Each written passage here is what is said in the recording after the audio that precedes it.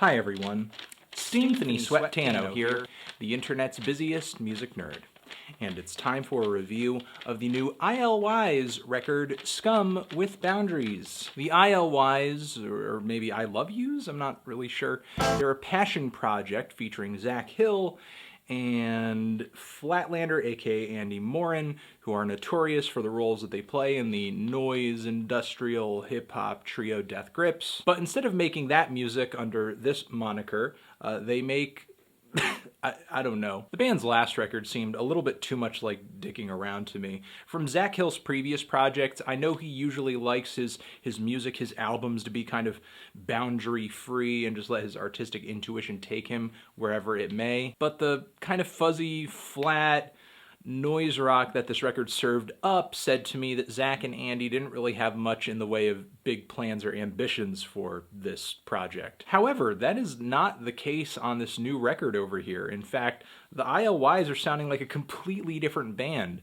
this time around. Not only is the production miles better, but it's actually very detailed and instrumentally dense. And this thing, stylistically, is a little more diverse too. You know, it's not just this kind of punky, poppy noise rock project anymore. There are elements of progressive rock and art rock and experimental rock woven into this thing. There are moments that sound like Zach and Andy are delivering a little something for the Death Grips fans, like on the track Spiral to me, where the vocals kind of have this deep, husky yell to them that seems very MC Ride inspired. Not only that, but the production is very synthetic, it's very chaotic, it's hard hitting. And while that's cool and all, a bulk of this project, the appeal of it for me, reaches back to a lot of Zach Hill's output in the 2000s. Because this new album over here, when compared to a lot of Zach Hill's solo releases, and even some of his Hella stuff, this is similarly wild, eclectic, humorous, absurd, and slightly insane. Except now I think some of the production, some of the instrumental compositions on this thing rival even that old Zach Hill material. Dissonant and dreary pianos and kind of skittering electronic hi-hats on the opening track here, even though that song is a little too disjointed for my taste.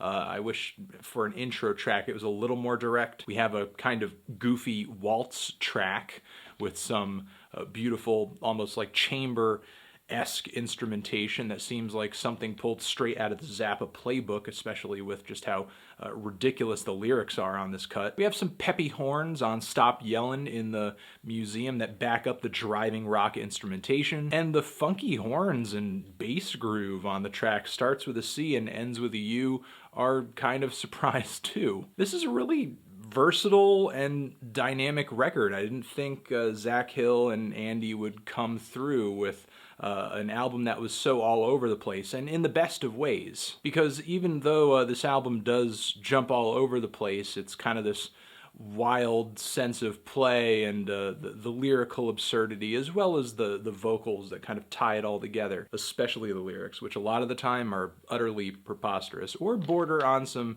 sort of sharp satire, like on the song Doing Things That Artists Do. And even though Zach and Andy indulge in a lot of different music styles on this thing, there are plenty of relatively straightforward rock tracks on here, with wild synths and weird sound effects and sound manipulations, many of which feature some pretty tight choruses, so it's not like this album is so experimental that it's going to be difficult to digest. I'm thinking tracks like Hey Mind Reader, or Peace and Quiet, which kind of has this really scuzzy, distorted 90s grunge rock vibe to it. A little underwhelming in my opinion, but it's one of the songs, and pretty much the only song, I think, that would have fit snugly into the track list of the last record. That is how different this new album over here is from the previous I.L.Y'S album. I like the very punky She's a Genius, and the song Roll Your Eyes, which has some pretty cool vocal manipulations, which I wish happened a little bit more on this record, because I think the vocals are a bit of an Achilles heel on this thing, because, I don't know, they're a little nasally, a little run-of-the-mill. There's nothing that special about the vocals, in my opinion, and the way that they're doubled up on a lot of the mixes on this record gets old after a while. And I have to maybe mention my favorite track on the entire record before I head out, and that is I'm Gonna Have Sex. I'm gonna have sex! This song gets me every time.